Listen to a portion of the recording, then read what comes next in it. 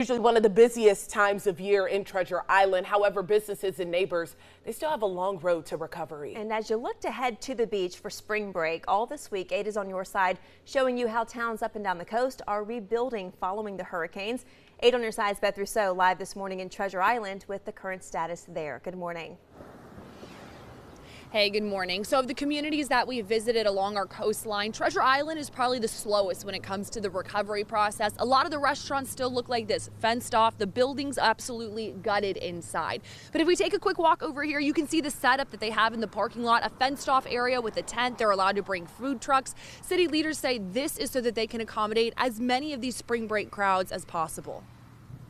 The beach at Treasure Island is spring break ready. Well, you can't find this anywhere else. But the hotels, restaurants, and homes are still in disarray from recent hurricanes. And we saw, the remains of the devastation and everything.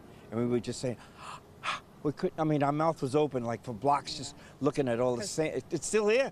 Yeah. They're still recovering. Jason Beisel with the city says the entire island was under 10 feet of storm surge, impacting every structure. Well, recovery process takes time. It could be a couple years.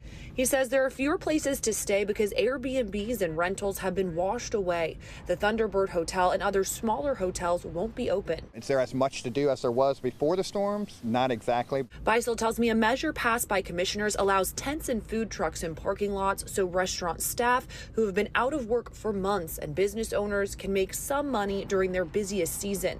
He says red tape is the reason for the slowdowns. We're in a unique position of being just a total island, and so it's harder for us to rebuild at times, and it takes a longer process because we just got so much we have to follow. Beachgoers tell me the shoreline alone is worth the trip. These are still the drop-dead gorgeous beaches of the world. Yeah. I don't care where you live in this country, you gotta come here.